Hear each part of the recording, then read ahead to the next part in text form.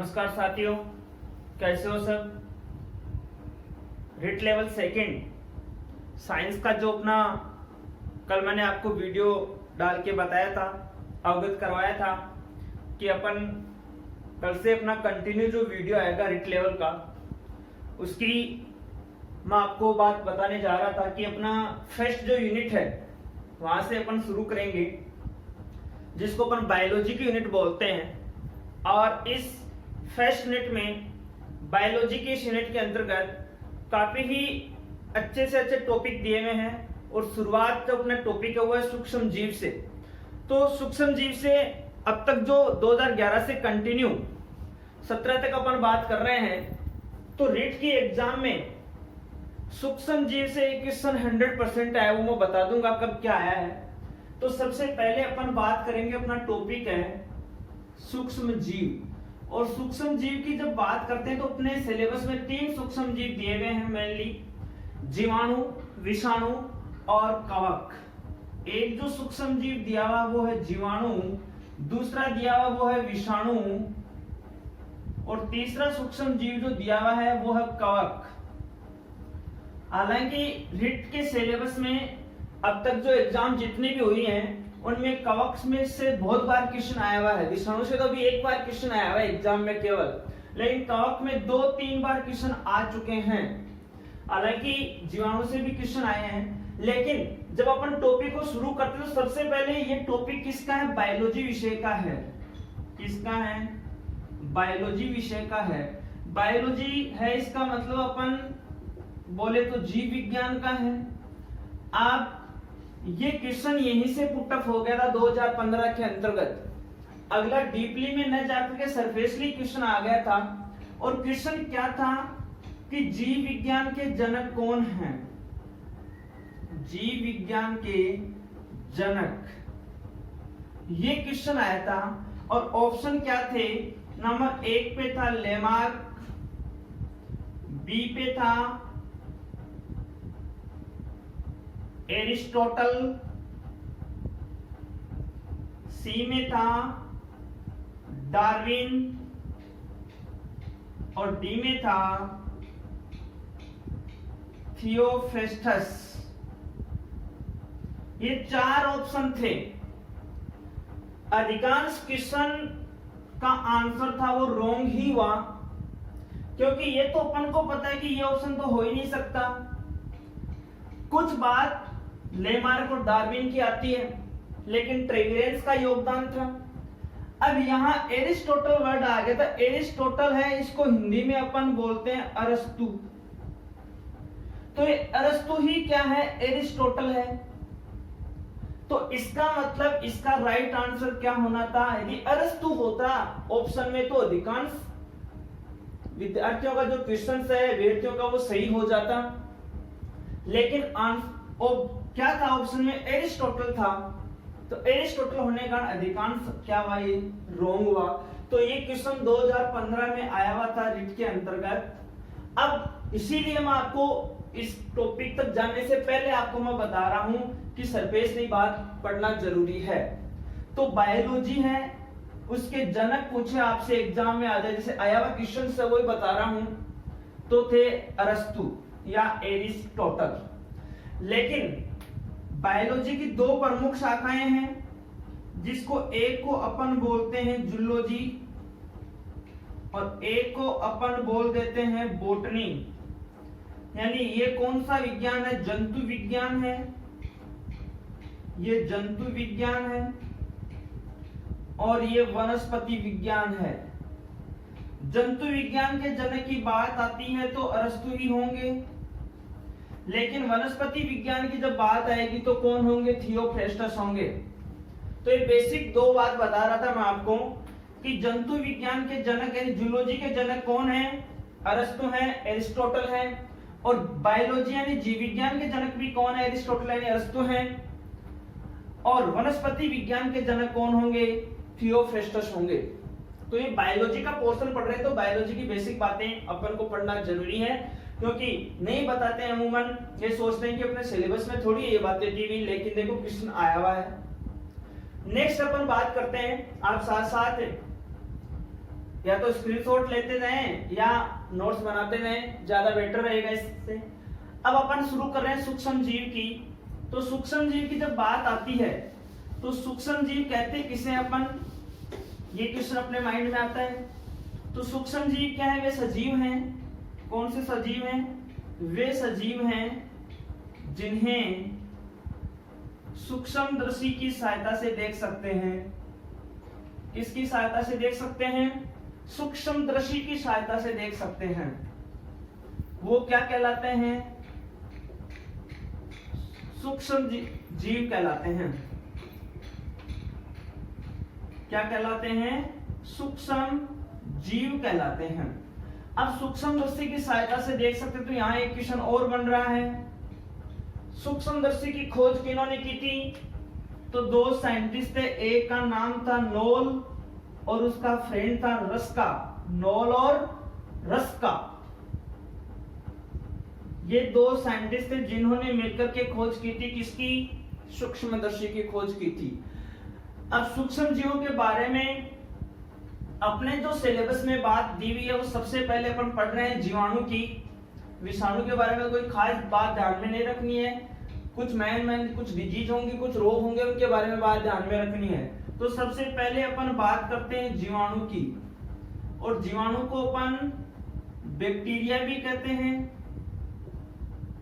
ठीक है। तो जीवाणु की जब अपन बात करते हैं सबसे पहले, तो देखना कुछ महत्वपूर्ण बिंदु ध्यान में रखना है कि जीवाणु क्या है, प्रोकैरियोट्स हैं। सबसे पहली बात तो आपको ये ध्यान में रखनी है कि जीवाणु कौन सी कोशिका है, प्रोकैरियोट्स कोशिका है। कोशिकाएं दो प्रकार के होते हैं केंद्रक झिल्ली के आधार पर, एक प्रोकैरियोटिक कोशिका होती है, एक यूकैरियोटिक कोशिका होती है। तो जीवाणु कौन सी है, प्रोकैरियोट्स है। अब प्रोकैरियोट्स नाम आते अपने माइंड में दो तीन बिंदु आ जाने चाहिए, जैसे आगे टॉपिक आएगा कोशिका का तब मैं और डिटेल से बता दूंगा कि जो प्रोकैरियोट्स होते हैं उनमें सुविकसित केंद्रक नहीं होता। क्या नहीं होता, केंद्रक नहीं होता है। तो केंद्रक नहीं होता है तो क्या होगा, फिर उसमें केंद्रक जैसी एक संरचना होती है जिसको बोलते हैं केंद्रकाभ। क्या बोलते हैं, केंद्रकाभ या न्यूक्लियोइड, या क्या बोल देते हैं, न्यूक्लियोइड। तो क्वेश्चन आ सकता है कि केंद्र की उपस्थिति का क्वेश्चन आ जाए तो आपको ध्यान में रखना है जीवाणु में केंद्रक नहीं होता है, केंद्रकाभ होता है, इस बात का ध्यान में रखना। अब केंद्रक सुविकसित नहीं होगा तो सीधी सीधी सी बात है, प्रोकैरियोटिक है तो उनमें केंद्रक झिल्ली का अभाव हुआ। केंद्रक झिल्ली का क्या हुआ, अभाव हुआ। अब केंद्रक झिल्ली का अभाव हुआ और प्रोकैरियोट्स हैं, तो प्रोकैरियोट्स में राइबोसोम कौन से 70S प्रकार के पाए जाते हैं, इस बात का ध्यान में रखना है। यानी एक पॉइंट को पकड़ लीजिए, आप सब क्लियर हो जाएगा। राइबोसोम कितने एस प्रकार के हो गए, 70S प्रकार के राइबोसोम हो गए। और क्या क्या हुआ, प्रोकैरियोटिक होते हैं उनमें हिस्टोन प्रोटीन नहीं पाई जाती है, इस बात को ध्यान में रखना। हिस्टोन जो प्रोटीन है वो यहाँ क्या होती है, एब्सेंट होती है। और कुछ बातें होंगी, डीएनए होता है वो नग्न होता है। किन में होता है डीएनए नग्न, जीवाणु में होता है, बैक्टीरिया में होता है। और क्या होगा, एक सबसे इंपॉर्टेंट बात मैं बता रहा हूं आपको कि जो प्रोकैरियोट्स होते हैं वो कोशिकीय होते हैं, ठीक है। और नेक्स्ट इसके अदरवाइज और काफी इंपॉर्टेंट बातें हैं, जैसे जो बैक्टीरिया होते हैं उनमें माइटोकॉन्ड्रिया क्या होता है, एब्सेंट होता है। माइटोकॉन्ड्रिया क्या होता है, एब्सेंट होता है, काफी इंपॉर्टेंट बात है ये। माइटोकॉन्ड्रिया क्या होता है, एब्सेंट होता है इनमें। लेकिन अब माइटोकॉन्ड्रिया क्या काम करता है, कोशिकीय शोषण का काम करता है। तो ये भी तो कोशिका है, जीवाणु भी तो कोशिका है, तो उसमें भी तो वो कोशिकीय शोषण वाला तो अंग तो पाया जाएगा। ये थोड़ी है कि माइटोकॉन्ड्रिया नहीं है तो कोई काम करने वाला, वो काम ही इसका बिल्कुल क्या हो जाएगा, बंद हो जाएगा, ऐसा नहीं होता है। तो इसकी जो कोशिका झिल्ली होती है किसकी, जीवाणु की, जीवाणु की जो कोशिका झिल्ली होती है वो आंतरिक रूप से क्या हो जाती है, अंतर्वलित होकर एक विशिष्ट संरचना का निर्माण करती है जिसका नाम है मीजोसोम। क्या नाम है, मीजोसोम। तो माइटोकॉन्ड्रिया एब्सेंट होता है तो इसमें कोशिकीय श्वसन किसके द्वारा होता है, फिर माइटोकॉन्ड्रिया जैसा ही एक अंग होता है, अंगक होता है जिसको कहते हैं मीजोसोम। तो इनमें जो कोशिकीय श्वसन होता है वो कौन सा ऑर्गेन्स करता है, मीजोसोम करता है, क्योंकि इसमें माइटोकॉन्ड्रिया तो क्या होता है, एब्सेंट होता है। तो ये बात होगी। अब देखो डीएनए कैसा है, नग्न है, तो इसमें एक वर्तुलाकार डीएनए पाया जाता है और वर्तुलाकार जो डीएनए होता है वो वर्तुलाकार डीएनए को अपन क्या बोलते हैं, प्लाज्मिड। क्या बोलते हैं, प्लाज्मिड। तो प्लाज्मिड इसमें क्या होता है भाई, प्रेजेंट और सुविकसित होता है कि नहीं होता है। तो ये बेसिक पॉइंट्स थे किसके, जीवाणु के। अपन को ज्यादा बात ध्यान में रखने वाली यही है कि एक तो सबसे इंपॉर्टेंट मैंने आपको बात बता दी कि माइटोकॉन्ड्रिया एब्सेंट है तो कोशिकीय श्वसन किसके द्वारा होता है, मीजोसोम। क्योंकि एग्जाम में क्वेश्चन आता है कि जीवाणु में श्वसन की प्रक्रिया उत्तरदायी अंग कोशिकांग है या अंगक है, तो अपन क्या कहेंगे, अपन को तो पढ़ा हुआ है कि माइटोकॉन्ड्रिया क्या होता है, कोशिकीय श्वसन सतह उपलब्ध करवाता है। तो ऑप्शन तो माइटोकॉन्ड्रिया होना ही होना है, कोई दो राय नहीं है इसमें। तो अपना तो आंसर क्या जाएगा, माइटोकॉन्ड्रिया जाएगा, लेकिन वो अपना आंसर क्या हो जाएगा, रॉन्ग हो जाएगा। तो अपना आंसर क्या होना है, मीजोसोम होना है। समझ गए मेरी इतनी बात। आप आगे देखिए, आगे अपन बात करते हैं इसके अदरवाइज कुछ और महत्वपूर्ण बिंदु है इसके, उनकी अपन बात कर रहे हैं।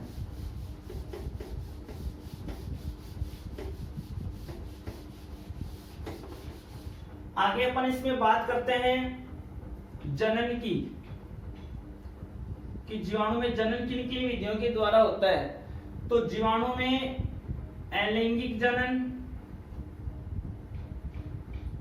अलैंगिक जनन होता है और जीवाणु में लैंगिक जनन भी होता है। समझ गए मेरी बात। और एक यदि बात करें तो कायिक जनन भी होता है, लेकिन ज्यादा डेवलप नहीं होता है तो अपन को उसको ज्यादा याद नहीं करना। अलैंगिक जनन होता है, लैंगिक जनन होता है, ठीक है। लैंगिक जनन की कुछ विधियों के बारे में जरूर ध्यान में रखना। एक विधि होती है संयुग्मन, एक विधि होती है पारकर्मण और एक विधि होती है स्थानांतरण। इन तीन प्रमुख विधियों के द्वारा लैंगिक जनन होता है और सबसे उत्तम विधि होती है बैक्टीरिया में, वो कौन सी होती है, संयुग्मन होती है। इस बात का भी ध्यान में रखना। अब देखो पारकर्मण, स्थानांतरण, संयुग्मन, इसमें क्या होता है, एक जीवाणु यानी बैक्टीरिया का दूसरे बैक्टीरिया के अंतर्गत जो आनुवांशिक पदार्थ होता है उसका क्या किया जाता है, स्थानांतरण किया जाता है। अब वो संयुग्मन होता है तो दो बैक्टीरिया होते हैं, मेल फीमेल आपस में बिल्कुल क्या हो जाते हैं, बॉडी पार्ट उनका टच हो जाता है, जिससे उसका आनुवांशिक पदार्थ यानी वो युग्मन कर जाते हैं। युग्मन करके उनमें क्या हो जाता है, जनन की प्रक्रिया संपन्न हो जाती है। इसके अलावा एक विशेष प्रकार की जो इसमें विधि है, मुख्य रूप से मैं आपको बता दूं कि विखंडन विधि के द्वारा अलैंगिक जनन की जब बात आती है तो विखंडन विधि सबसे इंपॉर्टेंट है। और कुछ ऐसी संरचनाएं होती हैं जीवाणु में जिनको बोलते हैं कोनिडिया। तो कोनिडिया जो संरचनाएं होती हैं उनके द्वारा भी क्या होता है, जीवाणु में जनन होता है। लेकिन सबसे इंपॉर्टेंट बात आपको थोड़ा सा इसके बारे में ध्यान ज्यादा देना है, संयुग्मन विधि के द्वारा। ये जनन से संबंधित बातें थी मेनली, कि किस विधि के द्वारा जनन की प्रक्रिया संपन्न होती है, कैसे होती है, ये बेसिक पॉइंट्स थे अपने।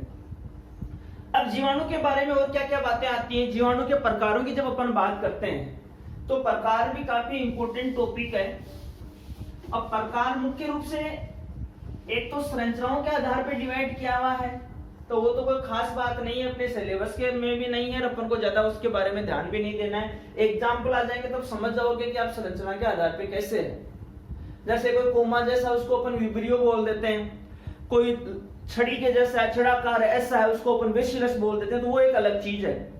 अब अपन बात कर रहे हैं पोषण के आधार पर बैक्टीरिया के प्रकार कितने होते हैं।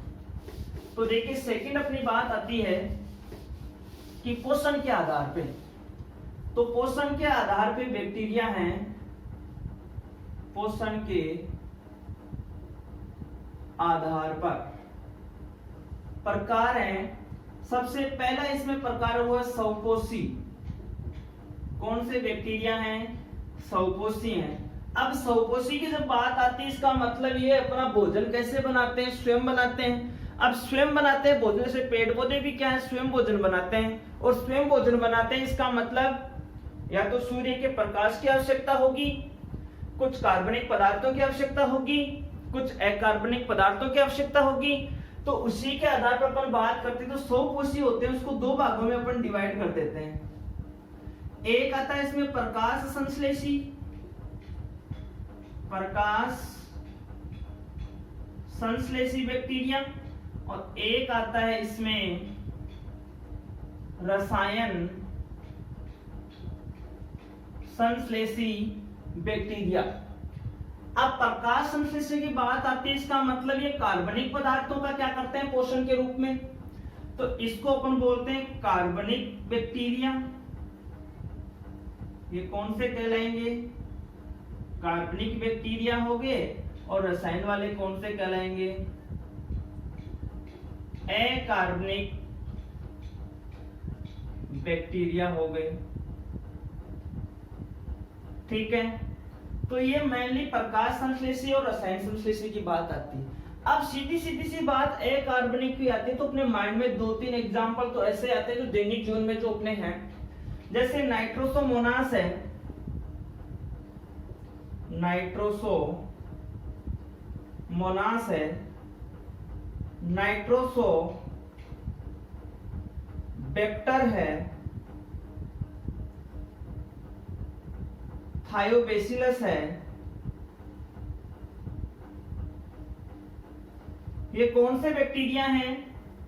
अकार्बनिक है। लेकिन ऐसे अपन बात करते हैं क्लोस्ट्रीडियम, मेनली जो बैक्टीरिया हैं वो क्या प्रकाश संश्लेषी बैक्टीरिया है। ठीक है, तो ये स्वपोषी की बात आती है, दो प्रकार है, प्रकाश संश्लेषी और रसायन संश्लेषी है। कार्बनिक पदार्थ है पोषक के रूप में तो कार्बनिक बैक्टीरिया हो गया, अकार्बनिक है तो अकार्बनिक बैक्टीरिया हो गया। क्लोस्ट्रीडियम है और इधर नाइट्रोसोमोनास है, नाइट्रोसोबैक्टर, थायोबैसिलस है। ये प्रमुख इसके स्वपोषी के अंतर्गत हो गए। सेकंड आता है स्वपोषी के बाद अपन बात करते हैं सहजीवी की।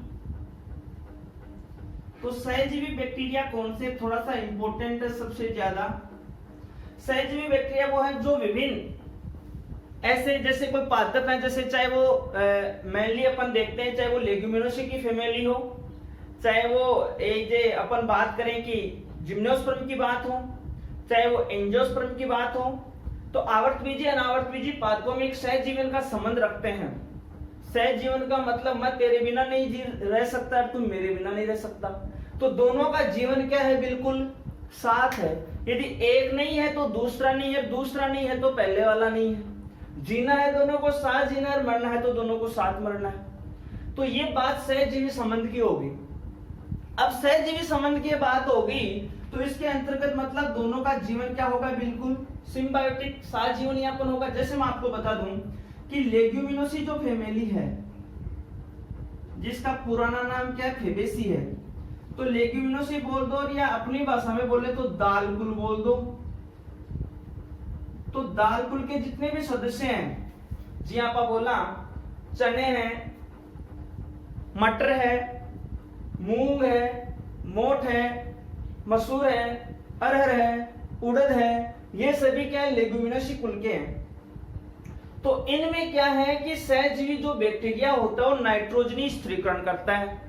भाई वायुमंडल में इतने परसेंट नाइट्रोजन है, ये तो है नहीं कि भाई पौधे सीधे उसको ले लेंगे, नहीं ले सकते। नाइट्रोजन को विभिन्न घटकों में तोड़ना पड़ता है, जैसे नाइट्राइट और नाइट्रेट में। और पौधे नाइट्रोजन को किस रूप में लेते हैं? मुख्य रूप से नाइट्रेट के रूप में लेते हैं। नाइट्रोसोबैक्टर की महत्वपूर्ण भूमिका होती है इसके अंतर्गत भी। तो यहाँ लेग्यूमिनोसी जो कुल है, दाल कुल है, इसके अंतर्गत एक बैक्टीरिया होता है राइजोबियम। और राइजोबियम कहाँ होता है कि दाल कुलीय पादप होते हैं। आपने देखना चने को उखाड़ करके उसमें से गांठें पाई जाती हैं, जिनको बोलते हैं मूल गुलिकाएं। क्या कहते हैं? मूल गुलिकाएं या मूल ग्रंथियां कहते हैं। इन मूल गुलिकाओं या मूल ग्रंथियों के अंदर ये राइजोबियम बैक्टीरिया होता है, जो मृदा से नाइट्रोजन को ग्रहण करता है और ग्रहण करके उसको किस में कन्वर्ट करता है? नाइट्रेट में ग्रहण करता है। और उस नाइट्रेट को कौन ग्रहण करते हैं? फिर पौधे ग्रहण करते हैं। समझ गए मेरी बात? तो ये सहजीवी संबंध हो गया मुख्य रूप से, ठीक है। अब अपन आगे बात करें, सबसे बेस्ट एग्जाम्पल है राइजोबियम का। इसके अदरवाइज कुछ हैं, जैसे थर्ड रूप में अपन बात करते हैं तो बैक्टीरिया में आते हैं परजीवी बैक्टीरिया। परजीवी में जैसे मर्तोपजीवी सड़े गले हैं, उनकी बात आएगी तो मर्तोपजीवी हो गए। लेकिन अब सबसे इंपॉर्टेंट बात यह है, एक साइंटिस्ट थे जिनका नाम था ग्राम क्रिश्चियन। क्या नाम था? ग्राम क्रिश्चियन। ग्राम क्रिश्चियन साइंटिस्ट ने बैक्टीरियाओं को दो भागों में बांटा। किसके आधार पे? कि जो अभिरंजित होते हैं और जो अभिरंजित नहीं होते हैं। अब जो अभिरंजित होते हैं उनको तो उन्होंने नाम दे दिया ग्राम पॉजिटिव। क्या नाम दे दिया? काफी इंपोर्टेंट पॉइंट है। जो अभिरंजित होते हैं उनको नाम दे दिया ग्राम पॉजिटिव, और जो अभिरंजित नहीं होते हैं उनको नाम दे दिया ग्राम नेगेटिव। अब ग्राम पॉजिटिव कौन से हो गए, ग्राम नेगेटिव कौन से हो गए? अब अभिरंजक क्या लिया था? तो अभिरंजक पोटेशियम आयोडाइड लिया था। क्या हुआ था? Potassium iodide. अब जब पोटेशियम आयोडाइड से इस बैक्टीरियाओं को क्या किया गया? अभिरंजित किया गया। अब अभिरंजित करने के बाद कुछ बैक्टीरिया हैं वो बैंगनी रंग से क्या हो गए? अभिरंजित हो गया। मतलब अपन को कैसे रंग के दिखाई दे? सीधी सीधी सी बात ये है, बैंगनी रंग के दिखाई दिए। तो जो बैंगनी रंग का दिखाई दिया अपन ने, वो तो कौन से कहलाए? ग्राम पॉजिटिव कहलाया। और जो अभिरंजित नहीं हुए वो कैसे कहलाए? ग्राम नेगेटिव कहलाए। अब ये बात थोड़ी कि अभिरंजित नहीं हुए, वो भी तो अभिरंजित है भाई, कलर डालेंगे तो रंगीन तो होंगे ही होंगे, लेकिन ऐसी बात नहीं थी। दोनों पॉजिटिव और नेगेटिव में जब कलर डाला, पोटेशियम आयोडाइड से उसको अभिरंजित किया और उसके बाद उसको किस में डाला? एथेनॉल में डाला। तो एथेनॉल में डालने के बाद जो पॉजिटिव थे वो तो वैसे के वैसे क्या रहे? बैंगनी रंग में रहे। और जो नेगेटिव थे वो कैसे हुए? अभिरंजन रहित हो गए। मतलब वो बिल्कुल कैसे हो गए? साफ हो गए। तो इसका मतलब जो बैक्टीरिया है, उन बैक्टीरिया की जब अपन बात करते हैं तो पॉजिटिव की बात आती है तो जितने भी कोकस बैक्टीरिया हैं, अब कोकस में खूब है। कोकस की बात करते हैं तो अपन गोलाकार हो गए, संरचना में कैसे हो गए? गोलाकार। और कोकस की बात करते हैं तो स्ट्रेप्टोकोकस है। स्ट्रेप्टोकोकस बैक्टीरिया सबसे ज्यादा मेनली प्रयोग में लिया जाता है। तो कोकस बैक्टीरिया हो गए, वो स्ट्रेप्टोकोकस बैक्टीरिया हो गए। इसी के अदरवाइज मेनली अपन बात करते हैं मुख्य रूप से, जैसे लैक्टोबैसिलस है। लैक्टोबैसिलस है सबसे इंपॉर्टेंट बैक्टीरिया है, क्योंकि आर्थिक महत्व की अपन जब बात करेंगे तो लैक्टोबैसिलस बैक्टीरिया आएगा। तो लैक्टोबैसिलस बैक्टीरिया कोकस, कोकस की मैं एग्जांपल डाल दूं मेनली आपके लिए, जैसे स्ट्रेप्टोकोकस है, वो कौन सा बैक्टीरिया हुआ? ग्राम पॉजिटिव हुआ। लेकिन इसी प्रकार से यहाँ जैसे जो कोमा वाले बैक्टीरिया हैं, विब्रियो, विब्रियो का मतलब है कोमा वाले, यानी ऐसे दिखाई देते हैं, कोमा जैसे दिखाई देते हैं अपन को। तो ये बैक्टीरिया है जैसे हेजे का, हेजे वाला बैक्टीरिया कौन सा होता है? इसको क्या कहते हैं? Vibrio cholerae. विब्रियो कोलरी, मतलब सीधी सीधी सी बात है, जिसके आगे विब्रियो आ जाए ना तो उसको आप कौन सा बैक्टीरिया कर देना, ग्राम नेगेटिव कर देना। कौन सा कर देना, ग्राम नेगेटिव। और जिसमें कोकस आ जाए ना वो कैसे हो गए, ग्राम पॉजिटिव हो गए। अब बात करता हूं एक और एग्जांपल की। आपने सुना था सहजीवी संबंध में एक बैक्टीरिया राइजोबियम, तो ये जो राइजोबियम होता है ना वो भी कैसा है, ग्राम नेगेटिव ही है। और इसी के साथ एक और नाम दे रहा हूं, क्लॉस्ट्रीडियम। जैसे आपने नाम सुना होगा टिटनस होता है, तो टिटनस रोग का रोगजनक कौन है, क्लॉस्ट्रीडियम जाति तो है ना मेनली भाई, वंश जो क्लॉस्ट्रीडियम है वही तो है, आगे जाति तो क्लॉस्ट्रीडियम टिटेनी आती है। तो इसका मतलब क्लॉस्ट्रीडियम, राइजोबियम और विब्रियो, ये जो मेनली जो बैक्टीरिया है वो कैसे हैं, ग्राम नेगेटिव हैं। और कोकस और लैक्टोबैसिलस हैं वो मेनली कैसे हैं, ग्राम पॉजिटिव है। अब इसके अंतर्गत ये आप ध्यान रखना, एक विशेष रूप से होता है साल्मोनेला। साल्मोनेला जो बैक्टीरिया होता है वो भी ग्राम नेगेटिव के अंतर्गत ही आता है।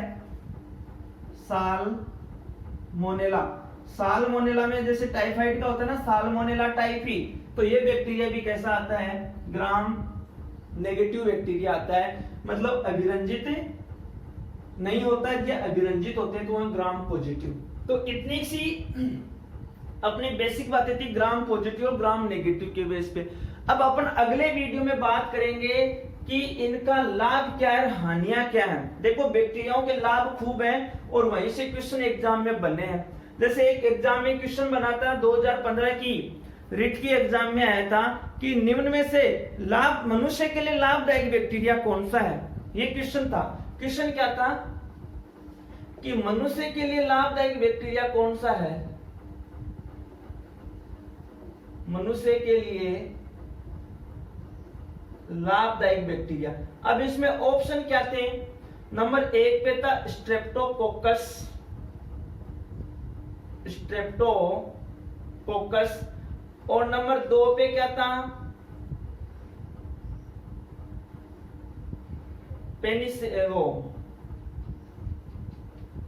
एस्परजिलस, और नंबर 3 की अपन बात करते हैं मेनली तो विब्रियो, और उपरोक्त सभी। तो यहां मेनली अपन को लाभदायक बैक्टीरिया की बात करनी थी। ये क्वेश्चन मैं आपके लिए छोड़ के जा रहा हूं, हालांकि कल इसका आपको आंसर बताना है, कल इसका आंसर मिल जाएगा। तो ये अपन का बैक्टीरिया का जो टॉपिक था, कल अपन इसके